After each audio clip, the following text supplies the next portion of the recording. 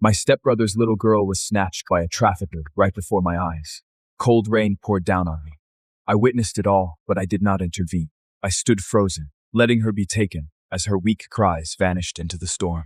Nathan collapsed. Please tell me what the guy looked like. I looked right through him and I hadn't seen anything. my fiancée Lily hated me for it after that. She threw herself into research instead. 5 years later, she'd built a memory extractor. It only worked on people who were nearly dead. To read my memories, Lily hired someone to torture me for 7 days straight. Damien, you sick bastard. You let Nathan's kid get taken because you were jealous of him. Nathan's been crying himself half-eyed for 5 years, and you've been living your best life. I'm gonna let the whole world watch me pull the truth out of you. But when the extractor showed her the trafficker's face, Lily froze. Lily had set up the live stream in her own house. The moment it went live, Nathan stumbled in. His eyes were swollen almost shut. He was sobbing like something in him had broken clean through. Damien, please. Just tell me where Sophie is. She's all I have left. I said nothing. I turned my head away. Damien, if we'd known how rotten you were inside, we never would have brought you back from that backwater. You let his baby get taken just to get back at him. What kind of person does that? I sat there like I'd melted into the chair, eyes half open, no fight left. But that look set the comments section on fire. He is still rolling his eyes after everything. He deserved to get switched at birth. He belongs back in whatever hole they found him in. He saw the trafficker take the baby and covered for the guy, lied to the cops, lock him up. Lily had her arm around Nathan. She was glaring at me like she wanted me gone from the earth. But when she looked at Nathan, she didn't hide it. Pure tenderness right there on her face. Something hollow opened up inside me. All this time, it had always been Nathan. I'd been brought home at 18. The engagement to Lily happened not long after. But Lily had told me straight out, I'm warning you. Don't go looking for trouble. I love Nathan. Nathan was tied to her sister, Claire. He'd had to bury what he felt and leave it there. 6 years. Lily and I had slowly grown into something real. We acted like a normal couple. Then 5 years ago, Nathan's daughter, not even a year old, got taken. No matter who asked me about it, I just shook my head. In the end, I became the monster who protected a child predator. After that, when Lily looked at me, it was like looking at poison. Nathan's already lost his wife. Can you really stand there and watch him lose his daughter too? Damien, just tell us what the guy looked like and I'll get you to a hospital right now. If you keep this up, I'll use the extractor on live television and let everyone see exactly who you are. The machine will amplify every bit of pain you're feeling right now by 1,000, and it'll broadcast everything. I dragged myself across the floor to her like I was nothing. Please. Don't. Regretting it now? Too late. Don't read my memories. You're going to regret it. He's still trying to wriggle out of it. Lily, just run the machine. I have to find Sophie. Lily.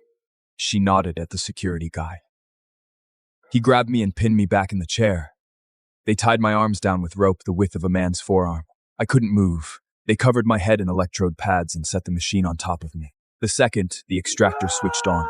Tens of thousands of volts punched into my skull. My whole body seized. I was foaming at the mouth.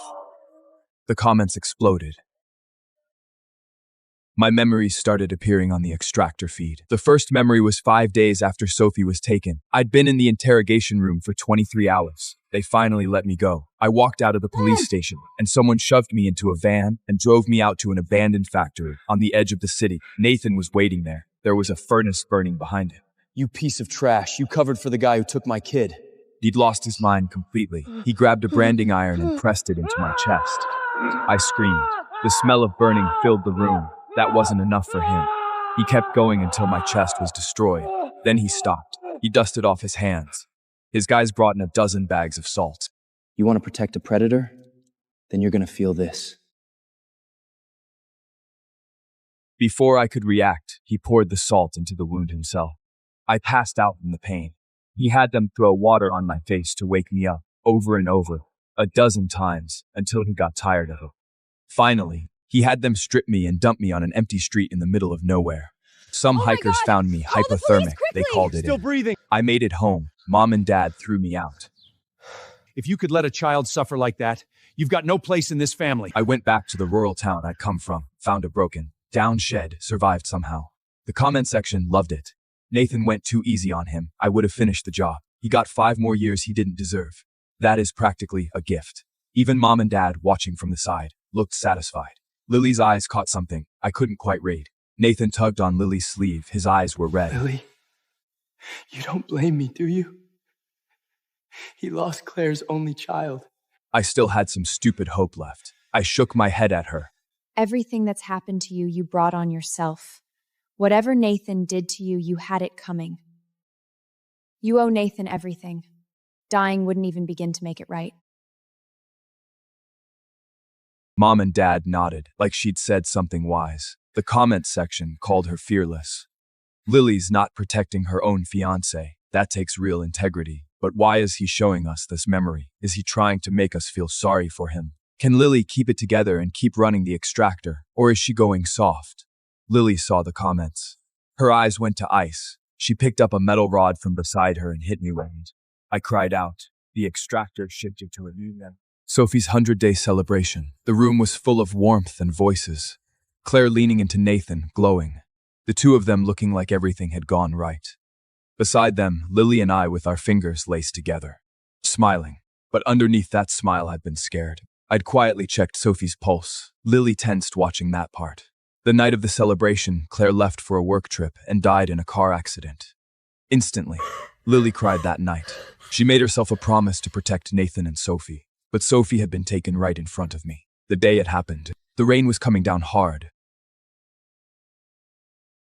Lily and Nathan stood in the downpour and demanded over and over that I tell them what the guy looked like. I didn't see him clearly. Nathan cried until he fainted. Lily caught him and held him.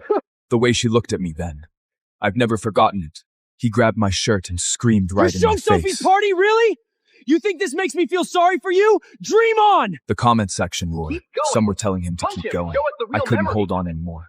Blood came up. Lily flinched and took 2 steps toward me. Nathan pointed at me and shouted, "Props." He had a blood packet in his mouth. He planned this. Lily looked disgusted. Manipulative to the end. The comments piled on. Lily nodded at the guard. He turned the voltage up. A new memory on the screen.